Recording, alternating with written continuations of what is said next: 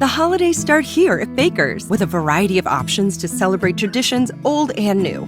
Whether you're making a traditional roasted turkey or spicy turkey tacos, your go-to shrimp cocktail, or your first Cajun risotto, Baker's has all the freshest ingredients to embrace your traditions. Baker's, fresh for everyone. We've locked in low prices to help you save big store-wide. Look for the locked in low prices tags and enjoy extra savings throughout the store. Baker's, fresh for everyone. I read something that said that the Romans believed that urine could clean stains. And I find that wording to be odd because you would think that it would yield results. That's like saying, I believe that Tide works. I don't have to believe, because the evidence is there. Hi, my name is Richard Dix, and this is How Did That Happen? A podcast where I look at everyday things or events and try to figure out how they came to be. Every week I will research one topic, and by the end of the episode, I hope to truly have the answer to the question, how did that happen? Hello, and welcome to another episode of How Did That Happen? This week we discuss soap, dish soap, body wash, however you want to call it. Come along for the ride this week as I ask, soap, how did that happen? All right, back for another episode. Glad to be back with you guys. Episode 35. We keep on keeping on over here. We're just putting out an episode every week and seeing if we can find out how things happen and keep trying to grow. I know we had a review that I read last week. That was pretty cool. If I get some more of those, I'll definitely read them out. But to keep things going, I just finished reading Seth Rogen's, I guess it's an autobiography. I would imagine it's called Yearbook, and I would say it's actually really good. If you like Seth Rogen, you would definitely love it. If you don't like Seth Rogen, I'm not really sure what's going on here, but cause what's not to like about the guy, but it was a pretty good book. And then I've since picked up my next book. So I'm sort of reading Storm, or reading Flurry right now, and I'm reading gosh, what's it called? I don't want to get the title wrong. I don't think I have it in front of me. I think it's called Where the Children Take Us, Where the Kids Take Us. I think it's Where the Children Take Us. I'm not going to look it up. I'm just going to go with it. But it's what it's about is the actor, and I'm going to get he's an African guy. They're Nigerian. His name's like Chiwetel Ejiofor. I'm trying, man. I'm trying. He's the guy from like 12 Years a Slave. He was in that movie. What's that movie? They're in the future. Is it Children of Men? Yeah, that one. Like he's a really good actor. But it's the story of like his life, but not about his life, about like his family's life. Like he and his dad get in this accident in Nigeria when he's like 6 years old, and his dad dies. But he has like 2 or 3 other siblings, and a mom who's running a pharmacy in London. And so there's like the story of like how his mom like overcomes like all of that, grief and adversity to still raise what turns out to be very successful children. And it's just a pretty good book. So that's if you follow this podcast, I've since introduced, I say in the last few episodes, what am I reading kind of in this intro segment, and I like to keep it going because it's kind of a little journal of my own of what I'm reading, and I usually read quite a bit. I've kind of gotten back into it pretty hard, so I don't know if we'll always keep this going, but yeah. So that's probably about all we have to really. I have to really say right now. Looking forward to hopefully at some point doing video with the podcast, and I have reinvigorated the search for a website. I'm back into it. I kind of given up for a minute, but I think I may have seen some promising results. We'll see though. The podcast is growing, and I'm glad for the people that come every time, the people that have been here, and the people that continue to show up, and people who are here for the first time. Glad you're here. Press and play. We try to find out what happens on this podcast, and hopefully we usually get a pretty good idea. But yeah, without further ado, let's find out how soap happened. The word sapo is the Latin version of soap, and it is likely based on early Germanic languages. The word possibly comes from the Proto-German Saipo, spelled S-A-I-P-O, which means to strain, and or the Latin sebum, which translates as grease, or from Mount Sapo, which I've seen in other videos. They say doesn't actually even exist. It's an Italian mountain whose location is now lost to history. Like I said, it can be lost to history, or it could never have occurred in history, however you want to look at it. The story is that the drippings and ashes from the fires of the gods rolled down the hill and were discovered by filth-encrusted Romans, and that's, kind of how we possibly want to add one origin story for soap. The word hygiene comes from Hygeia, the Greek goddess of health. She was the daughter of, bear with me here, Aesculapius, and it starts with an A. I'm not even gonna. I could spell it for you, but who really wants to know? That person, that their name started with an A, that they were the god of medicine. All right, so that's where Hygeia gets her hygienist from. The first evidence of soap production dates back to 2800 BC in ancient Babylon. In fact, a Babylonian clay tablet dated back to 2200 BC was found with a recipe for soap. And that recipe included water, an alkali, which we'll see is actually needed in most bases, or in most salts, and in most soaps. And an alkali is a sort of salt base, and cassia oil. So water, and alkali, and cassia oil were the three things that were needed in that that were in that Babylonian recipe. And some of the earliest signs of soap or soap-like products were found in clay cylinders during the excavation of ancient Babylon. So they were just soaping it up back there in ancient Babylon. And inscriptions on the side of these cylinders say that the fats were boiled with ashes, but they didn't specifically say that it was a soap. And we'll see, just like I said, it's the alkali and the ashes that are the basis of early soaps, and are still kind of what's in versions of soaps today. The soaps are so different today than what they have been in the past. The ancient Egyptians used soap as medicine, and they combined it with animal fats or vegetable oils, and then combine that with a soda ash substance called trona. And most of these early soaps were made for washing wool clothing. And that's something that you see a lot in the ancient times, is that the early soaps were not always made for washing people's bodies. They were usually made for washing clothes. They were kind of like the first detergent, if you will. And that's kind of what these were. You see, I've watched videos where they say that, that was where the origins of soap in the Middle East also came from, was the idea of vegetable oils with an ash substance, but that it was more for actually washing clothing and then washing your body. And we'll see the Romans kind of keep with that as well, because the Romans didn't actually use soap. We don't have much evidence that they actually used soap in them during the reign of the Roman Empire. What they did, the preferred method of cleaning their body was to massage oil into the skin and then scrape it away and any dirt. And they did that with what's called a strigil, which was just some sort of scraping kind of tool. The standard design of it would be a curved blade with a handle, and all of it was made of metal. And so that's how you would basically clean yourself during the Roman times. And that's one thing I can gladly say did not carry over. As you know, it's a reoccurring theme in this podcast that we see that we're basically just living in like the next coming of the Roman Empire, because a lot of things that we do today are just modern versions of what happened 2,000 years ago. But for this one, it happened. That one stayed in the past, and I'm glad for it, because I don't want to. Can you imagine? I mean, that's how you clean. You just douse yourself in grease, oil, and then scrape yourself clean. And I mean, imagine if you did that, and then you go to work tomorrow. How you smelling? You cool with everybody just knowing your hygiene tactics after that? I don't think so, but that's just me. In reading some of these articles, some of them say that the first soaps could have been the result of cookouts or grilling outside, as most of our ancestors did. And this may seem far-fetched at first, but the results of the process would leave animal fats that were mixed with ash, which is the recipe for a lot of early soaps. And so what you would have, you're cooking this meat in the fires. There's a fire creating ash, and then the meat that you're cooking, the fat's falling off of that and dropping down into the ash. And who really knows what happened from there to how they got it to be soap? But that's essentially what the early soaps were. So you have to think that somebody's light bulb had to flick on at some point and be like, oh, that looks like could be some soap.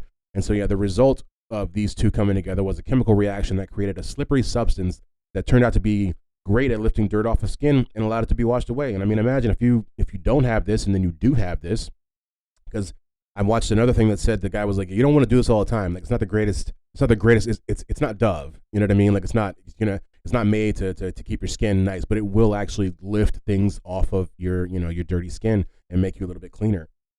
Let's see, we have a recipe here, another recipe for early soap, and this is a quote from, what do they call it? The Mapai clavicula, which roughly translates to a little key to everything. And so the quote from this book is, "Spread well-burnt ashes from good logs over woven wickerwork." I mean, are they trying to tongue twist, or are they going to teach us how to make soap here? "And gently pour hot water onto them so it goes through drop by drop. And then after it's clarified well, let it cook and add enough oil and stir very well. And there you have the first recipe for Dawn dish soap." No, but that's like another early recipe of like how you make soap. Lye was and still is a main component in soap, and fat reacts with lye, a substance made in ashes that can be pretty toxic, and which is why soap makers needed to wear protective gear. And that's also why the guy in the video was like, don't do this all the time, because if you just do it, naturally, you're creating this toxic process that will mess up your skin at some point. But this process is called saponification. Pretty cool word, saponification. Sounds like it should be something other than making soap. Like I was pontificating the other day, but ancient China also created a type of soap from the seeds of Chinese honey locusts, and that's a type of plant, not an insect, because that's what I thought at first. But it's called Zhao Jia, and probably not pronounced that way. It's a flowering plant with thick thorns, thick thorns, not horns, and yellow or white flowers. And it is sometimes called a soap bean. The fruit of the Zhao Jia tree has been used as a detergent of sorts for more than 2,000 years. Israelites had a style of soap that they made from burnt ashes. As you see, burnt ashes is just like the main kind of like throughway for a lot of these early soaps.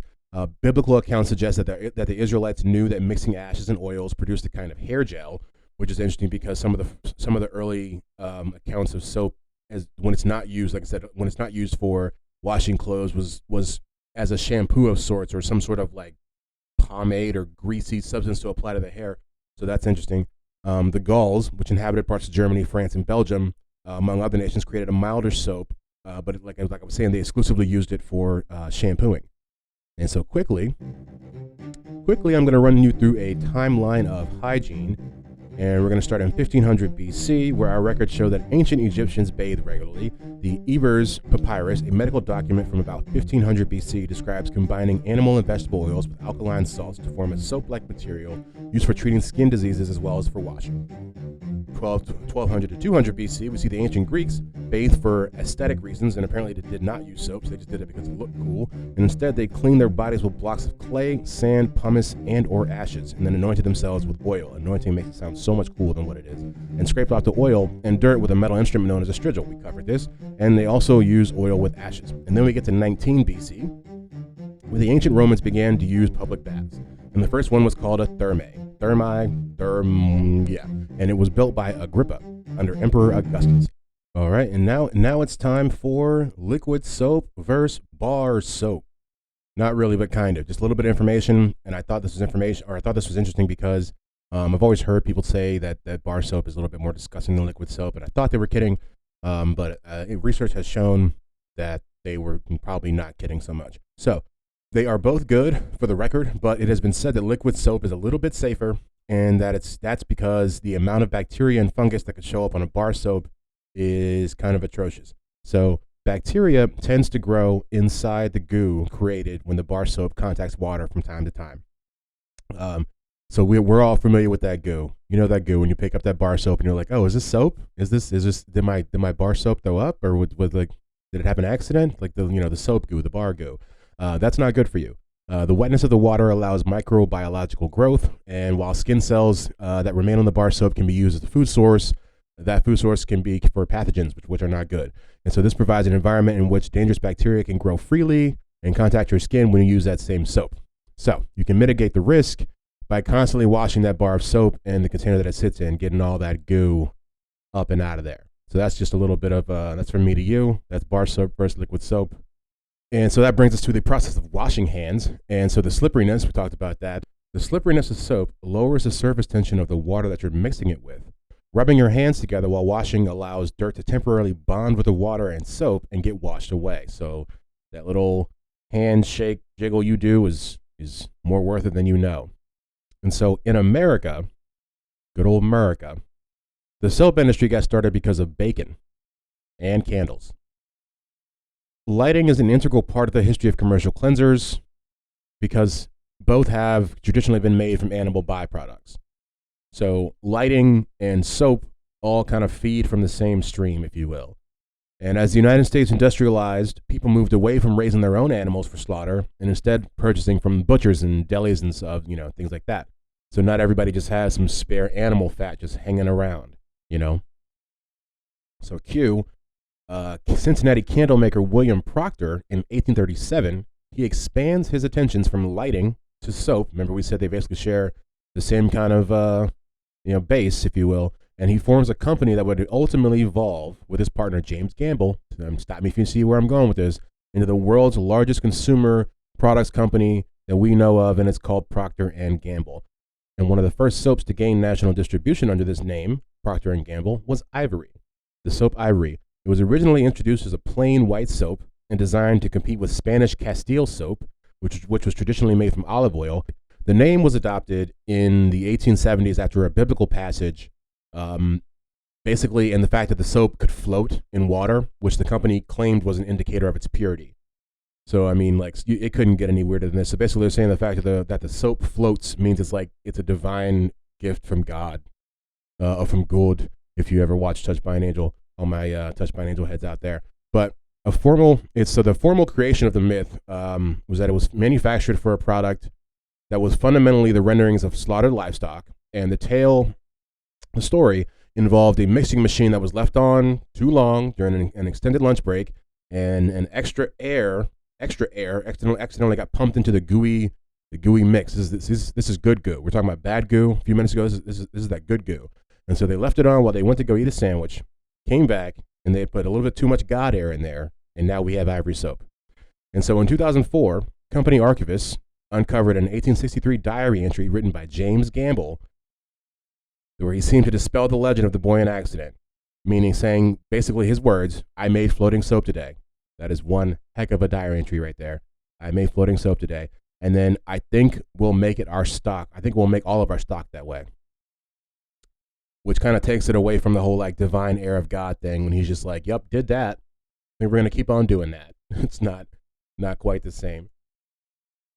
I thought we're going to go ahead and list a couple of these. The whole reason I did this episode was because I was curious about the history of Dawn dish soap, and it literally took 5 seconds to find out, which is why it's only a small segment of the actual episode. But that's what made me go down this little rabbit hole for you guys. And so Dawn began in the 1950s as a bar soap for consumers to use to clean oil and grease from their faces. And so it was like the first lava bar, if you will. And then I wrote that line, it was the first lava bar, without looking up the history of lava bars. And they were made in 1893. So Lava Bar was the first lava bar.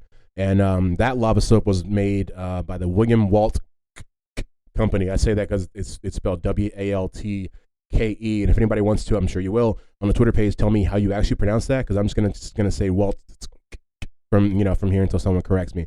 So yeah, from there we get to Colgate. And Colgate, which I never knew this, in 1806, when Colgate was founded, it was founded by a 23-year-old man by the name of William Colgate, right? And it concentrated on selling starch soap and candles from its factory in New York. So the Colgate, which we all know to be a lot of toothpaste and mouthwash and stuff like that, actually got their start making soap. Who knew? And the last one of these soaps that I thought I would just make you aware of is Palmolive. And Palmolive, it was created in 1898 by B.J. Johnson, I assume by B.J. Johnson, because it was made by the B.J. Johnson Soap Company. It'd be funny if it was just some guy named Rob or something. But in Milwaukee, Wisconsin, and it's called that because it contains a mix of palm oil and olive oils. That's how we get Palmolive. And then one more. Well, this isn't quite a soap. I mean, it is a soap, but this is I thought this was interesting because it's basically the history of Suave, which you would think just started out as Suave, but of course it didn't. And so it started in 1927 as the National Mineral Company, which was started by Gerald Gidwitz and Louis Stein. Probably got some of those wrong. And the company started out manufacturing just one product. They manufactured the Peach Bloom facial mask, and it was a special mask made of clay mined in the hills of Arkansas and it was packaged and sold to beauty salons nationwide. So that is actually the foundation of the Suave company. And this was at a time when personal care products were becoming increasingly sophisticated, and Gidwitz and Stein recognized that their sole product could not sustain the company with this limited market, and so they soon shifted the emphasis to hair care products, and that's kind of where we start the line of Suave, if you will. The Great Depression years were really good for them, and basically, this was what I thought was really interesting when I read this is that the straight hairstyles of the 20s turned into the waves. If you ever watch those movies or old shows where you see women with those crazy waves in their hair and stuff like that, and they actually look kind of cool, but you never know where they come from. The people who made Suave are actually really, they're the ones who actually created the product, because what we'll see here is that there was an expensive way to do it, and you had to sit under this machine for a long time and get those waves. But then this company, the Natural Mineral Company, I believe, or something like that was what they were called, they created basically this I don't know how you describe it. It was like a machineless waving pads. That's what they were. And so that's basically it. It took a process you had to get done in a salon that would take hours and was really expensive, and allowed you to do it at your house, which then made it pretty much ubiquitous in society, and which is what leads to the boom of that hairstyle. So when if you're ever watching some old movie and you see some lady with like crazy waves in her hair, you can attribute it to like the early company that created Suave. I don't know if that matters to you at all. It probably doesn't, but it's just interesting. So yeah, the pads created a revolution in the hair care industry, drastically simplifying the permanent wave process and consequently allowing people to have professional beauty care at an affordable price. And once they got into this part of the business, then they were like, well, now that we're doing this, now what if we started to actually make like soap for your hair too? And then they created the lanolin cream shampoo, which is basically the nation's first detergent-based shampoo, and that came in the mid-30s. And it is the popularity of that shampoo which then led us to them actually making the Suave hairdressing shampoo in 1937. So that's how we get to Suave. If you're wondering, it was a long slog from making peach face masks from the Clay Hills of Arkansas all the way up to 1937 and us getting Suave hairdressing. But I read that. That's kind of why I do this stuff. You find out, you watch all those old movies and you see all those hair waves and stuff like that, and you just assume, well, I don't know what you assume, but you realize, I don't know, it's all connected. One more thing we're going to cover before we get out of here is if we're going to talk about soap, then we have to talk about sponges. All right, so I'll just give you a quick spiel on sponges. I'll give you my sponge spiel, a spiel of sponges. It is the ancient sponge appeared about 2.5 billion years ago, and get this, it was the first animal, and so it comes in all shapes and sizes. Sponge bodies are a loose assemblage of cells held together by a special protein called collagen, which is present in all animals. Sponges have a microscopic crystalline spicules, which is basically just little pointy things all over the body, that act as a skeleton. And so the sponge cells carry out all the functions that organs carry out in higher animals, and they communicate with each other, and have an ability that all animal cells actually share. So they're just pretty much just like every other animal. They just look and act a little different. And sponges, fun fact, sponges are the only animal that have broken down to the level of their cells they can reassemble themselves. Say that 5 times. We get sponge from the Greek word sponjos, and the first references to sponges used for hygiene was in ancient Greece. The competitors in the original Olympic Games bathed with sea sponges dipped in olive oil before competing. And so that must have made for some greasy, sweaty individuals in those Olympics.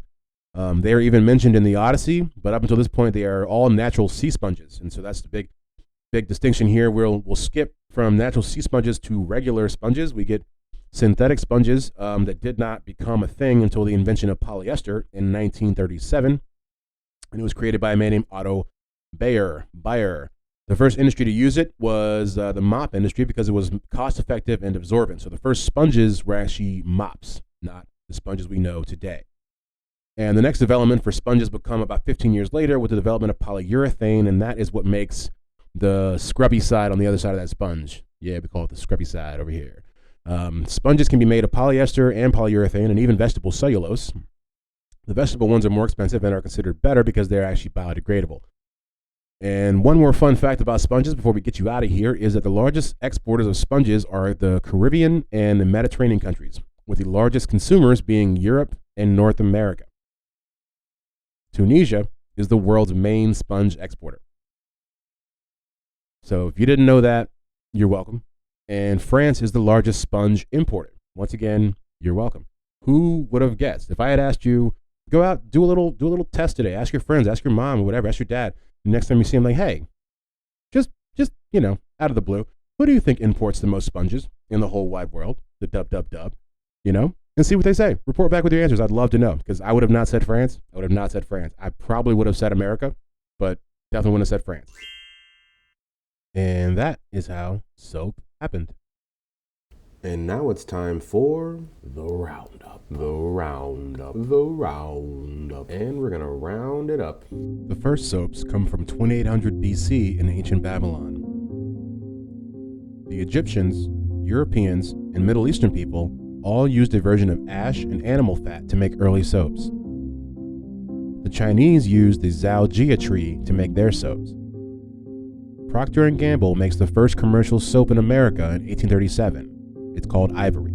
Synthetic sponges come along right about the same time.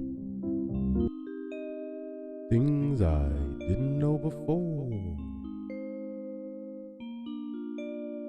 And now I know them. Never heard of these things. What are they? Okay, some things I didn't know. There were a couple. We'll go ahead and just jump right in. So in Britain, in the 1300s, maybe even before, who knows, maybe a little bit after, it was common for your barber to remove problem teeth. So your barber could double as your dentist. And so if basic treatments didn't fix the problem, the barber would be the guy removing it without the help of Novocaine. That's just one of those things you read, and you just realize that you grew up and you live in a totally different time. Because if I don't not cut my own hair, but the barbers that I've had in the past, if any of them even tried to touch my mouth or tried to in any way, I'm like, dude, there's no way you're qualified. No way you're qualified to pull anything out of my mouth. So that was just, when I read that, it makes you realize that barbers had a lot more going on back in the day, I guess. Next thing that I did not know is that sea sponges were used as early tampons. So that one, it makes sense, and it also sounds like it hurts. Let's see. The last two are about kings and their hygiene tactics. So we have King James the fifth? I believe it is. The sixth. King James the Sixth of Scotland wore the same clothes for months on end, and even slept in them on occasion. That was more than occasion. And he also kept the same hat on for 24 hours a day until it fell apart, until it just fell right off. That's when he knows time to get another one. He didn't take a bath because he thought it was bad for his health. So, ew. And our last one, like I said, yet another king who had his own feelings about hygiene. French King Louis XIV was said to be terrified of baths and only took 3 in his whole lifetime. Now, even if they're exaggerating, even if it's like it was like 10, it was like, whoa, or even if it's like 30, even if you lived to be 30 and you took 30 baths, it's a bath a year. My gosh. But yeah, so that's pretty much it for things I didn't know before. All right. Thanks for tuning in for another episode of How Did That Happen? Thanks for pressing play, and we'll see you again next week. Bye. When you download the Baker's app, you have easy access to savings every day. Get the most out of weekly sales and receive personalized coupons to save on your favorite items, all while earning 1 fuel point for every $1 spent. Baker's makes it easy to save while you shop, whether it's in-store or online, so you get the most value out of every trip, every time. Download the Baker's app now to save big on your next purchase. Baker's, fresh for everyone. Must have a digital account to redeem offers. Restrictions may apply. See site for details. Okay, round 2. Name something that's not boring. A laundry? Ooh, a book club. Computer solitaire, huh? Ah, sorry, we were looking for Chumba Casino.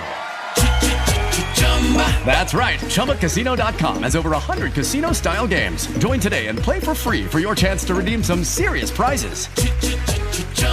ChumbaCasino.com. No purchase necessary. Void where prohibited by law. 18+ terms and conditions apply. See website for details.